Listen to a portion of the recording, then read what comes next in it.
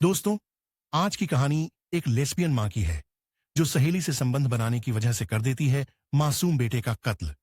इस खौफनाक हत्याकांड की वजह आपके दिल को दहला देगी। दोस्तों, कहानी को सुनने से पहले वीडियो को लाइक और चैनल को सब्सक्राइब कर लें। तो आइए कहानी को विस्तार से सुनते हैं।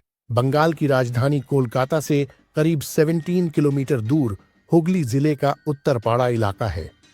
यहाँ के कोन नगर में रविवार 18 फरवरी की शाम को अचानक एक मकान से चीखने चिल्लाने की आवाजें आती हैं। पता चलता है कि चौथी क्लास में पढ़ने वाले महज 10 साल के एक छोटे से बच्चे का किसी ने कत्ल कर दिया है।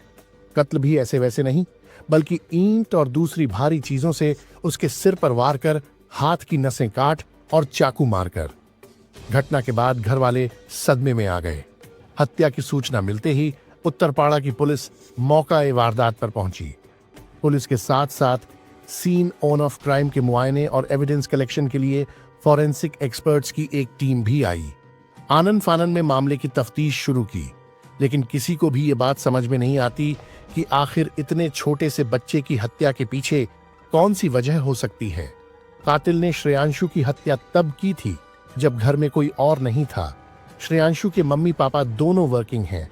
इत्तेफाक से वारदात के वक्त दोनों घर से बाहर थे, जबकि घर के दूसरे सदस्य भी बस कुछ देर के लिए बाहर गए थे। इसी बीच कातिल ने घर पर धावा बोलकर श्रेयांशु की जान ले ली। इस केस की जांच के लिए मौके पर पहुंची पुलिस शुरुआती तफ्तीश में ही कुछ बातों पर गौर करती है। पुलिस ये देखती है कि घर में कातिल की एंट्री फ्रेंडली है, यानी ना तो आस पड़ोस में किसी ने किसी अजनबी को घर के अंदर जबरदस्ती घुसते हुए देखा है और ना ही दरवाजे पर किसी तोड़-फोड़ या फोर्सफुल एंट्री के निशान हैं। पुलिस को यह भी पता चलता है कि घर का पालतू कुत्ता भी वारदात के वक्त खामोश था। श्रेयांशु के घर में एक कुत्ता भी था जो किसी भी अजनबी को देखते ही भौंकने लगता था, लेकिन हैरानी की बात यह थी कि उसी घर में श्रेयांशु का कत्ल हो गया और कुत्ते को एक बार भी किसी ने भौंकते हुए नहीं सुना। सामान भी अपनी जगह जस का तस रखा था। कुछ इन्हीं सवालों के साथ पुलिस इशरत से सवाल जवाब शुरू करती है। फिर तो इसके बाद तो जो कहानी निकलकर सामने आती है उस पर पुलिस वालों के लिए भी यकीन करना मुश्किल हो जाता है। पता चलता है कि बच्चे की मां शांता शर्मा के उसकी सहेली इशरत से समलैंगिक संबंध हैं। वो संबंध जो दोनों के बीच शांता की शादी के पहले से चले आ रहे हैं। इशरत पुलिस को बताती है कि इस संबंध के बारे में वैसे तो शांता के पति पंकज को भी खबर थी, लेकिन ये बात कभी बाहर नहीं आई। लेकिन कुछ रोज पहले शांता के 4 साल के बेटे श्रेयांशु ने इशरत को अपनी मां के साथ आपत्तिजनक हालत में देख लिया था। बस इसी दिन से इशरत और शांता दोनों इस बात से बेहद परेशान थी कि बच्चा मुंह न खोल दे। यदि ऐसा हुआ तो समाज में उनकी इज्जत नीलाम हो जाएगी। बस इसी झूठी इज्जत की खातिर इशरत और बच्चे की मां शांता ने श्रेयांशु के कत्ल का फैसला कर लिया। इशरत के साथ बच्चे की मां ने भी अपने ही मासूम बेटे को मार डालने पर हामी भर ली।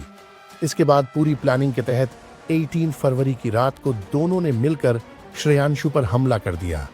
दोनों ने श्रेयांशु के सिर पर पहले ईंट से वार किया, फिर घर में ही रखी भगवान गणेश की एक मूर्ति उठाई और उससे हमला किया।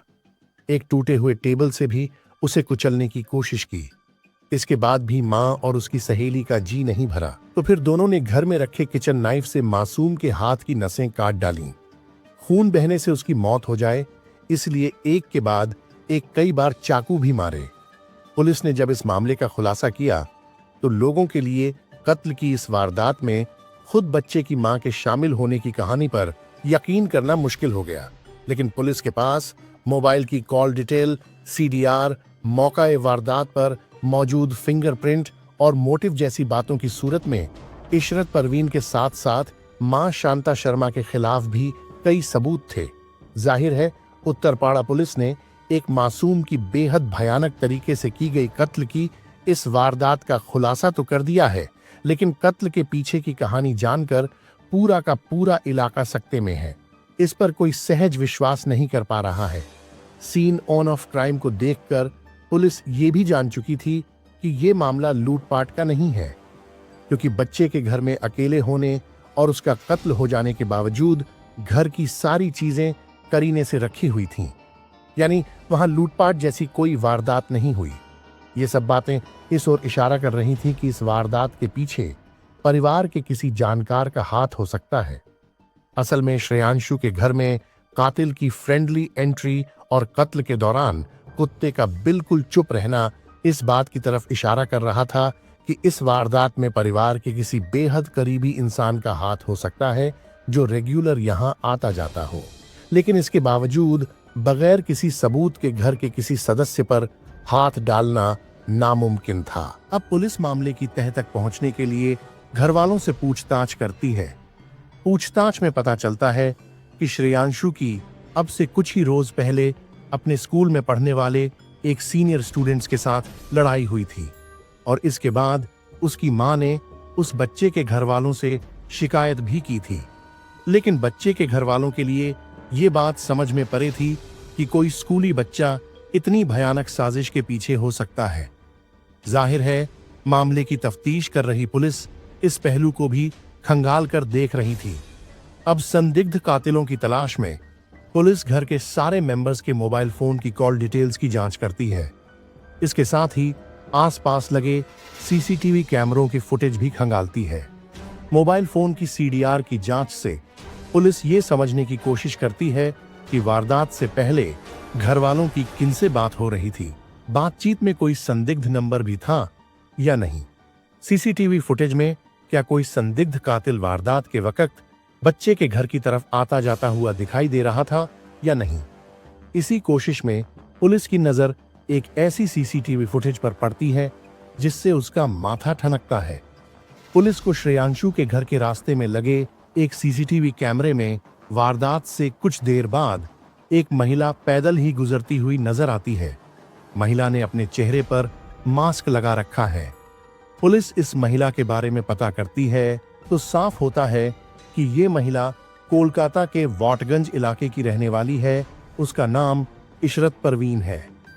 जल्द ही पुलिस को पता चलता है कि इशरत दरअसल मारे गए बच्चे श्रेयांशु की मां शांता शर्मा की खास सहेली है। अब पुलिस इशरत के वहां होने की वजह जानने की कोशिश करने लगती है। पुलिस को इशरत के मोबाइल फोन की जांच से पता चलता है कि वो दोपहर 2 बजे तक कोलकाता के वाटगंज में ही थी, जबकि इसके बाद उसका मोबाइल फोन करीब 6 घंटों के लिए स्विच्ड ऑफ हो जाता है और फिर रात 8 बजे फिर से उसी वाटगंज इलाके में ऑन होता है। बस यही बात पुलिस को खटकती है। पुलिस ये जानने की कोशिश करती है कि आखिर इशरत अपना मोबाइल फोन स्विच्ड ऑफ कर कौन नगर क्यों आई थी और क्यों यहां से वापस जाने के बाद उसने अपना फोन फिर से ऑन कर लिया।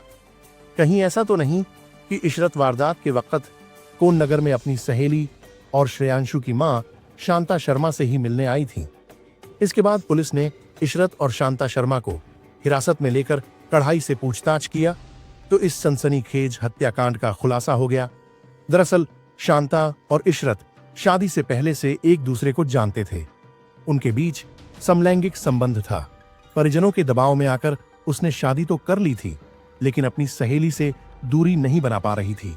पति की गैरमौजूदगी में दोनों घर में एक दूसरे से शारीरिक संबंध बनाया करते थे। एक दिन शांता के बेटे श्रेयांशु ने उन्हें बिस्तर पर नग्न अवस्था में देख लिया। उसके बाद से ही वो डिप्रेशन में रहने लगा। दोनों को डर था कि लोग कहीं उनका रहस्य न उजागर कर दे, इसलिए उन दोनों ने मिलकर उसकी हत्या की साजिश रच डाली और अंजाम भी दे डाला। इस वीडियो का मकसद किसी की भावनाओं को ठेस पहुंचाना नहीं है। दोस्तों, इस कहानी पर आपकी क्या राय है, कमेंट बॉक्स में जरूर बताएं। तो मिलेंगे अगले वीडियो में। तब तक अपना और अपनों का ख्याल रखें। और हाँ दोस्तों, वीडियो को लाइक करके जाना